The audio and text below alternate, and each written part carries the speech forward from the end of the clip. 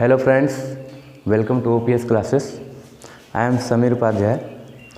Today we will discuss to start a new chapter live processes.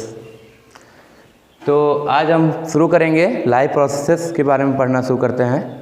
क्या होता है live processes, इसके बारे में हम लोग डिटेल से स्टडी करेंगे, पर धीरे धीरे एक एक चीज़ को हम लोग समझते जाएंगे।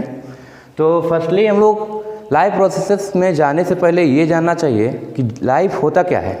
लाइव के बारे में पहले समझेंगे। तो लाइव की डिफिनीशन जैसे कि मैंने लिखा है कि it is the characteristics that is able for growth, reproduction, functional activity and continual change proceeding death. इसका मतलब ये हुआ कि ऐसा कैरेक्टरिस्टिक फीचर जो क्या हो, उसको एबिलिटी मतलब उस चीज़ को लेकर वो एबल हो उस ग्रोथ के लिए, रिप्रोडक्शन के लिए, और फंक्शनल एक्टिविटी और ऐसे इसी कंटिन्यूअल चेंजेस जिसमें हो, ऐसी जो कैरेक्टरिस्टिक फीचर जिस चीज़ में प्रेजेंट होगा उसको हम लाइव कहेंगे। उसके बाद से जैसे कि क्या हुआ, अब लाइव प्रोसेस को समझते हैं। लाइव प्रोसेस ऐसी प्रोसेस जो लाइफ को सस्टेन करने के लिए की जाती हैं, उन्हीं को लाइव प्रोसेस कहते हैं। प्रत्येक लिविंग ऑर्गेनिज्म जो हैं वो कुछ ना कुछ ऐसी एक्टिविटीज़ करते हैं जिसे वो अपनी लाइफ को सस्टेन कर पाएँ, सर्वाइव कर पाएँ अपने आप को। तो ऐसे करके हम लोग पहले ही बात तो ये भी जानना चाहिए कि लिविंग ऑर्गेनिज्म कौन कौन से हैं, कौन कौन नॉन लिविंग ऑर्गेनिज्म हैं, वो चीज़ हम लोग को समझना चाहिए। तो लिविंग ऑर्गेनिज्म को कैसे जानेंगे कि इसमें लिविंग लाइफ है, लाइफ नहीं है। तो कुछ चीज़ें, कुछ कैरेक्टरिस्टिक्स होते हैं, कुछ फीचर्स होते हैं जिसकी वजह से हम लोग बोल सकते हैं कि इस चीज़ में लाइफ है या इसमें लाइफ नहीं है। तो जैसे कि मैंने बताया कि रिप्रोडक्शन, ग्रोथ, फंक्शनल एक्टिविटी, ये सब चीज़ें।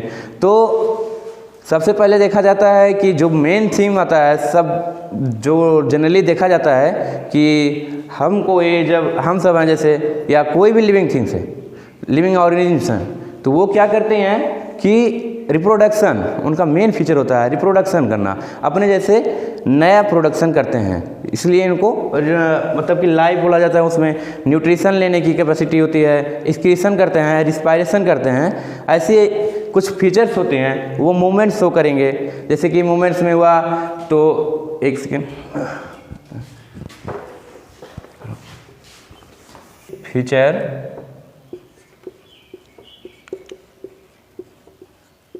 Of life. फर्स्टली देखेंगे मूवमेंट।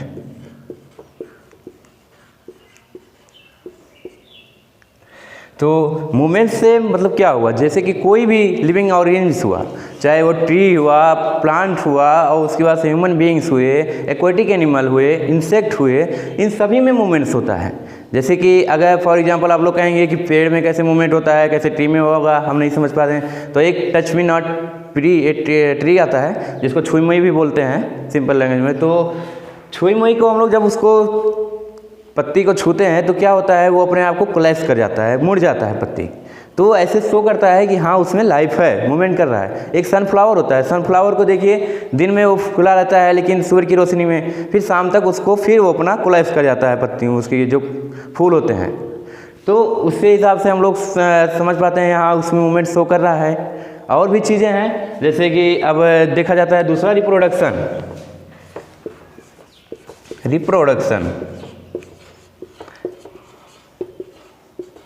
तो रिप्रोडक्शन कैसे, रिप्रोडक्शन जितने भी लिविंग ऑर्गेनिज्म्स होते हैं वो अपने जैसे एक नए ऑर्गेनिज्म्स को प्रोडक्ट करते हैं, मतलब उनको पैदा करते हैं, पैदा करने की उनमें कैपेसिटी होती है, और इसीलिए उसको हम लोग समझ पाते हैं हाँ कि इसमें भी लिविंग थिंग्स है, लिविंग ऑर्गेनिज्म है, ये चीज़ इसमें भी लाइफ है। अब दो चीज़ों को समझ लिए। तीसरा होता है न्यूट्रिशन। सबसे मेनली जो होता है लाइफ को सर्वाइव करने के लिए किसी भी को भी, चाहे वो ट्री हो, प्लांट हो, एक्वेटिक एनिमल हो, ह्यूमन बीइंग हो, कोई भी हो, उसको न्यूट्रिशन मस्ट इम्पॉर्टेंट होता है। बिना न्यूट्रिशन के वो सर्वाइव नहीं कर सकता है। बिना न्यूट्रिशन के वो बिना सर्वाइव करने की कोई वो भी नहीं किया जा सकता है कि ये बिना न्यूट्रिशन के सर्वाइव कर जाएंगे। ये इसलिए ये भी एक मेन फीचर होता है, कैरेक्टरिस्टिक। अब कोई अगर नॉन लिविंग थिंग देखा जाए, टेबल चेयर वही सब तो कुछ खाते पीते थोड़ी हैं, या फिर वो मूवमेंट थोड़ी शो करते हैं, तो या रिप्रोडक्शन वो अपने जैसा कोई चेयर नए बना नहीं पाते हैं ना, तो वो चीज़ों को नॉन लिविंग थिंग्स कहते हैं। वो इसको निर्जीव वस्तुएं जैसे हुआ, सजीव वस्तुएं हम लोग पहले से ही जानते हैं और डिटेल में, तो हम धीरे धीरे करके इसमें और भी फीचर्स होते हैं, रिस्पायरेशन, एक्सक्रीशन,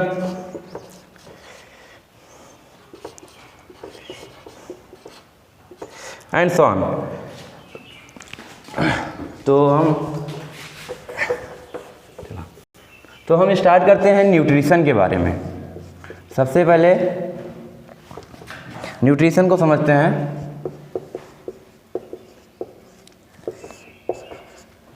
न्यूट्रिशन क्या हुआ? The mode of intake of food, mode of intake of food is known as nutrition. भोजन लेने की प्रक्रिया को ही हम लोग क्या बोलते हैं? न्यूट्रिशन।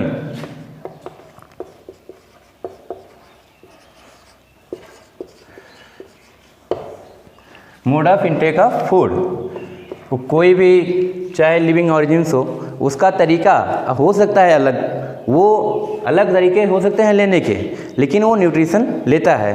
तो न्यूट्रिएंट्स, इसमें न्यूट्रिशन का भी अलग अलग मोड होता है, कुछ धीरे धीरे हम उसको आगे डिस्कस करते चलेंगे। तो इसमें एक चीज़ और देखा जाता है कि न्यूट्रिएंट्स क्या है, मतलब कि क्या लेते हैं। तो न्यूट्रिएंट्स के बारे में बात करेंगे हम।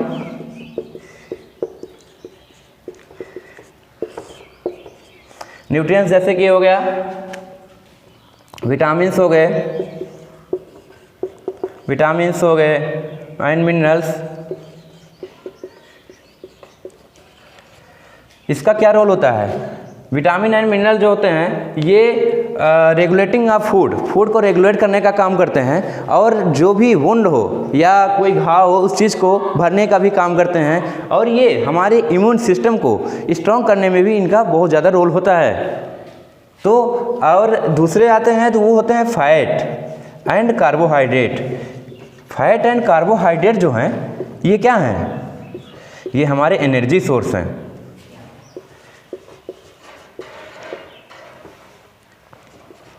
ये हमारे एनर्जी सोर्स हैं, ये हमारे को एनर्जी प्रदान करते हैं, कोई भी हो किसी में भी। और फिर एक होता है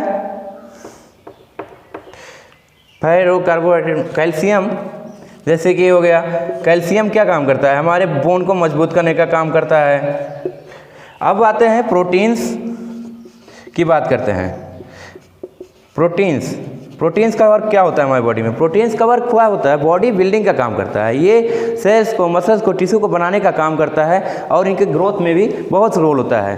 तो एक एक करके देखेंगे आगे, फिर धीरे धीरे। तो एक चीज़ हम बताना भूल गए थे आप लोगों को, तो ये चीज़ हम लोगों को पहले भी आता होगा दिमाग में कि न्यूट्रिशन आखिर लेते क्यों हैं, क्यों लेते हैं न्यूट्रिशन। तो फंक्शन क्या होता है? फंक्शन ऑफ फूड क्या काम करता है? फर्स्टली सबको को पता होगा क्या काम करता है? ये एनर्जी प्रोवाइड करता है। किसी भी काम को करने के लिए हमको सबसे ज़्यादा ज़रूरत क्या चीज़ की होती है? एनर्जी की। और एनर्जी कहाँ से मिलेगा? खाने पीने की चीज़ों से। खाएंगे पिएगा तब इंसान या कोई भी organism. Without nutrition no life, ये समझ सकते हैं, हम कह सकते हैं। तो एनर्जी प्रोवाइड करता है। दूसरा क्या करता है? ये बॉडी टेम्परेचर को मेंटेन करने में भी इसका बहुत ज़्यादा रोल होता है। Maintain the body temperature.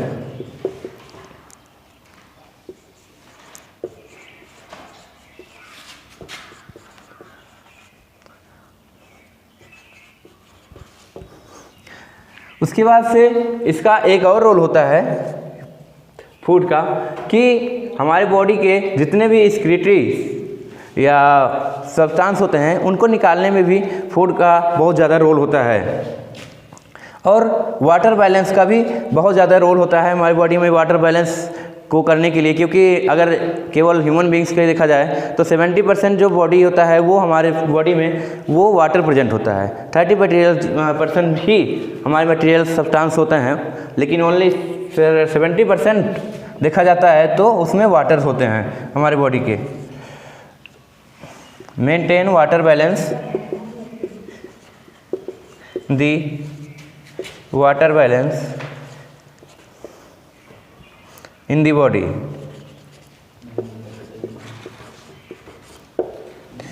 और फूड का क्या ज़रूरत होता है? फूड की ज़रूरत होता है कि ग्रोथ के लिए, ग्रोथ विदाउट न्यूट्रिशन कैसे हम लोग ये कह सकते हैं, इमेजिन कर सकते हैं कि ग्रोथ भी हो सकता है। तो ग्रोथ करने में और रिप्रोडक्शन करने में, दोनों में इसका बहुत रोल होता है। For growth and reproduction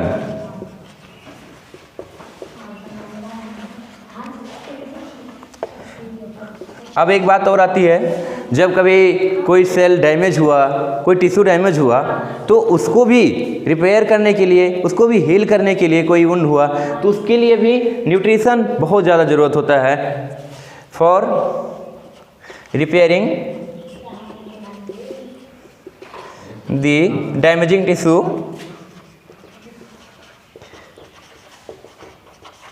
tissues and sales.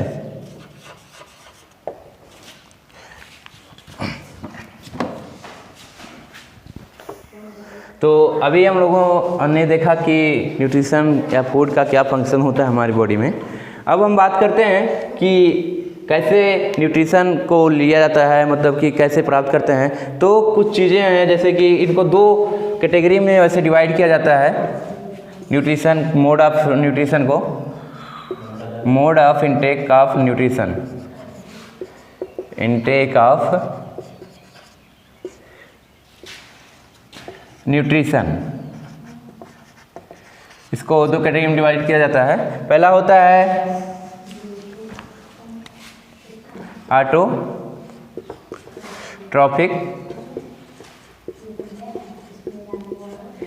Nutrition, दूसरा होता है हेटेरोट्रॉफिक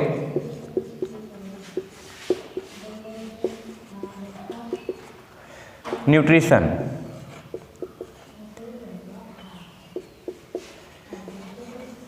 ऑटोट्रॉफिक न्यूट्रिशन क्या होता है? ऑटो मीन्स क्या हुआ? सेल्फ। हेटेरो मीन्स क्या हो गया? अदर्स, मतलब कि डिफरेंस।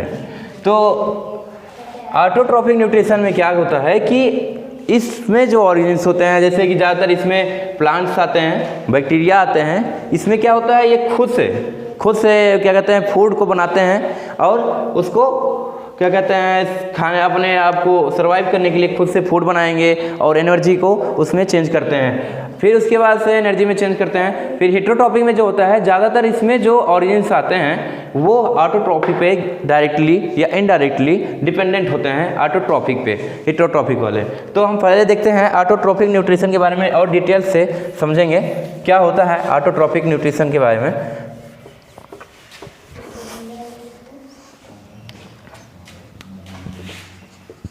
ऑटोट्रॉफिक न्यूट्रिशन, इसमें बेसिकली प्लांट्स आते हैं। तो प्लांट्स को देखा जाता है कि कैसे वो सेल्फ से, अपने आप से, ये किसी और पे डिपेंडेंट नहीं होते हैं, ये खुद ही अपना भोजन बनाते हैं, इसलिए इनको ऑटोट्रॉफिक न्यूट्रिशन बोला जाता है, लेते हैं। तो प्लांट्स को कैसे देखा जाता है कि वो क्या करते हैं, जैसे कि एक रिएक्शन भी दिया जाता है, देते हैं हम आपको।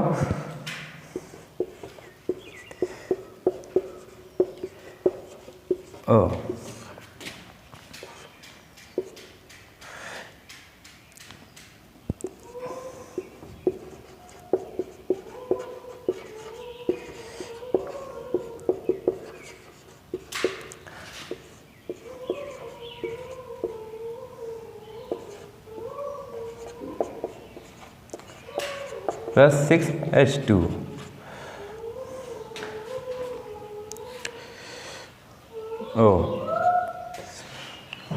तो देखते हैं इस रिएक्शन को समझने का काम करेंगे। तो क्या होता है, प्लांट्स को क्या क्या चीज़ की ज़रूरत होता है अपना खुद का भोजन बनाने के लिए बेसिकली?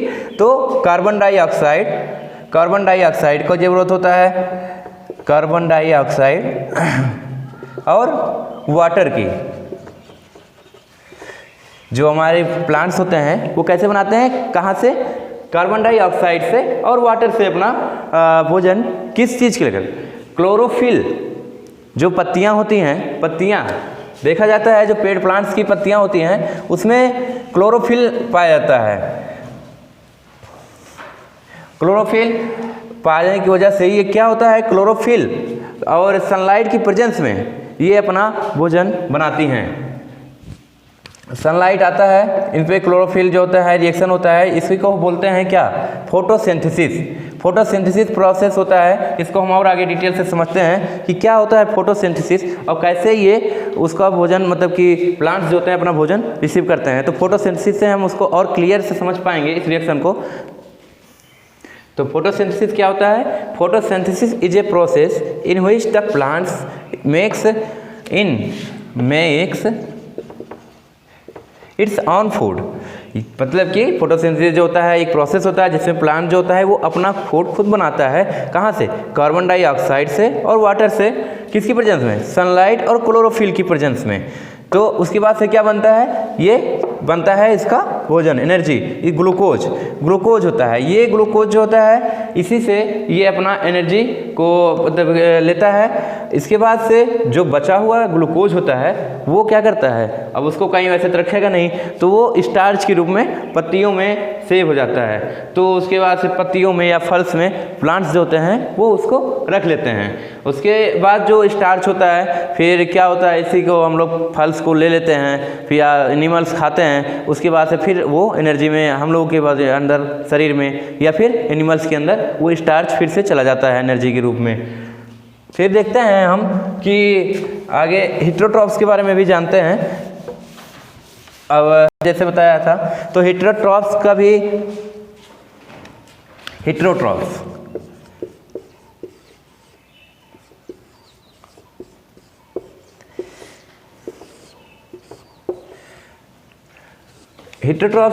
मतलब क्या हुआ कि ऐसे ऑर्गेनिज्म जो डायरेक्टली या इनडायरेक्टली अदर्स पे डिपेंडेंट होते हैं। मेनली ये ज़्यादातर तो ऑटोट्रॉफ पे ही डिपेंडेंट होते हैं। इसमें भी अलग अलग टाइप्स के आते हैं, कैटेगरी में डिवाइड किया गया है इसको। जैसे कि इसमें भी एक होता है कार्निवोरस,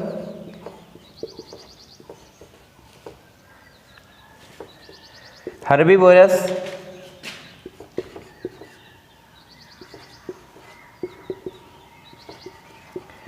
एंड ओमनिवोरस। कार्निवोरस क्या होते हैं, हर्बीवोरस क्या होते हैं, ओमनिवोरस क्या होते हैं। कार्निवोरस ऐसे एनिमल्स आते हैं इसमें जो, या एनिमल्स आते हैं या ऑर्गेनिज्म, लिविंग ऑर्गेनिज्म आते हैं जो क्या होते हैं कि ये मांसाहारी होते हैं, जिसको बोले जाते हैं काम से, मतलब कि ये दूसरों पे डिपेंडेंट होते ही होते हैं। ये एनिमल्स को खाते हैं, इंसेक्ट्स को खाते हैं, इस चीज़ को खाते हैं। हर्बीवोरस क्या होते हैं, ये केवल ट्री और प्लांट्स को खाते हैं, ट्री को खाएंगे, प्लांट्स को खाएंगे। इसमें जैसे कि कार्निवोरस में क्या आता है, एग्जाम्पल में लायन हो गया, और हर्बीवोरस में देखा जाए तो काऊ हो गया, ठीक। और ओमनिवोरस ऐसे होते हैं जो plants as well as animals पे डिपेंडेंट होते हैं, उनको बोलते हैं ओमनिवोरस। सिंपल भाषा में इसको हिंदी लैंग्वेज में देखा जाए तो ये क्या हुआ, मांसाहारी, ये शाकाहारी और ये सर्वाहारी। इसमें ह्यूमन बीइंग्स आते हैं, ह्यूमन। सब प्लांट्स जो होते हैं, कुछ प्लांट्स भी होते हैं जो क्या कहते हैं वो कार्निवोरस में आते हैं। जैसे कि एक प्लांट्स होता है ट्रैप द फ्लाई। ये क्या होता है, इसके जैसे इस पे इंसेक्ट आके बैठता है या कोई भी कीट पतंग आएंगे तो ये क्या करेगा, उसको कैच करेगा, उसके बाद से इनगल्फ कर जाता है। तो हम लोग देखा है अलग अलग टाइप्स में। एक हेटेरोट्रॉफ्स का और वैरायटी में इसको अलग अलग करके समझने के लिए हम लोग अलग अलग पार्ट्स में इसको डिवाइड करते हैं।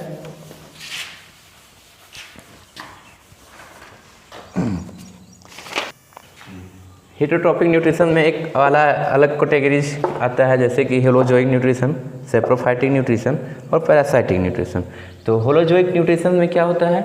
होलोजोइक न्यूट्रिशन ऐसा न्यूट्रिशन होता है जिसमें क्या होता है, ऑर्गेनिज्म होता है वो कॉम्प्लेक्स फूड लेता है, उसके बाद से उसको सिंपल फूड में एक प्रोसेस के द्वारा वो उसकी बॉडी में जाता है, उसके बाद से वहाँ डाइजेस्ट होता है, फिर वो एसिमुलेशन होकर इंस्क्रीट हो जाता है। तो इसमें क्या क्या प्रोसेस होते हैं? इसमें कई प्रोसेस होते हैं, जैसे कि होता है इंजेक्शन होगा,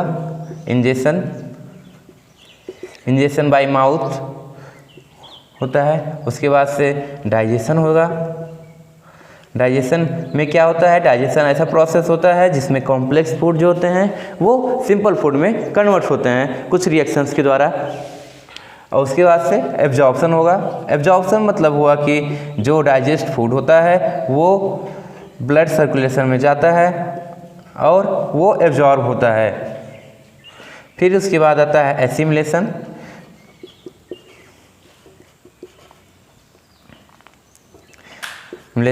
इसमें क्या होता है? एसिमुलेशन में जो एब्जॉर्ब फूड होता है उसका यूटिलाइज होता है, उसके बाद से इसका स्क्रीट आउट हो जाता है। शेष प्रोडक्ट जितने होते हैं वो स्क्रीट आउट हो जाता है, वो बाहर निकल जाता है।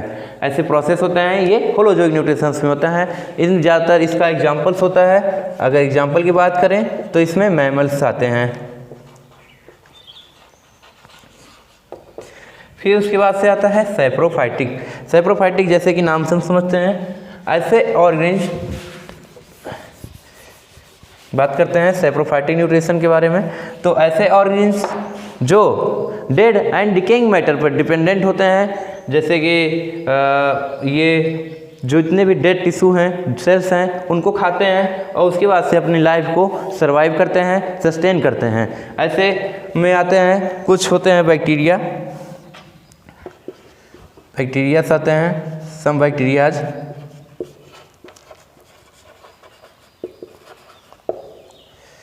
उसके बाद से तीसरा आता है पैरासाइटिक न्यूट्रिशन।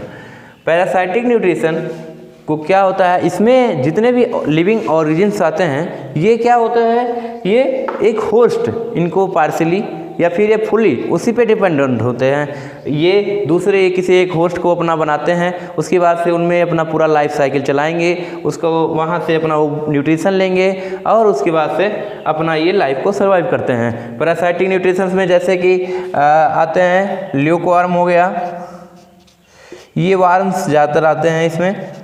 ल्यूकवार्म हो गया, लिवर फ्लूक हो गया,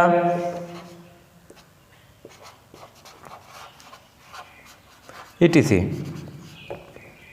तो एक अलग टाइप का भी हेटेरोटाइप के न्यूट्रिशन में आता है, उसको बोलते हैं कोप्रोजोइक न्यूट्रिशन। ये कोप्रोजोइक जो न्यूट्रिशन लेते हैं, इसमें जो ऑर्गेनिज्म आते हैं, ये ऑर्गेनिज्म जो होते हैं ये कहाँ लेते हैं? फीकल मैटर, जितने भी फीकल मैटर्स होते हैं उससे अपना ये न्यूट्रिशन सर्वाइव करते हैं लेकर। फीकल मैटर से ये अपना न्यूट्रिशन लेते हैं।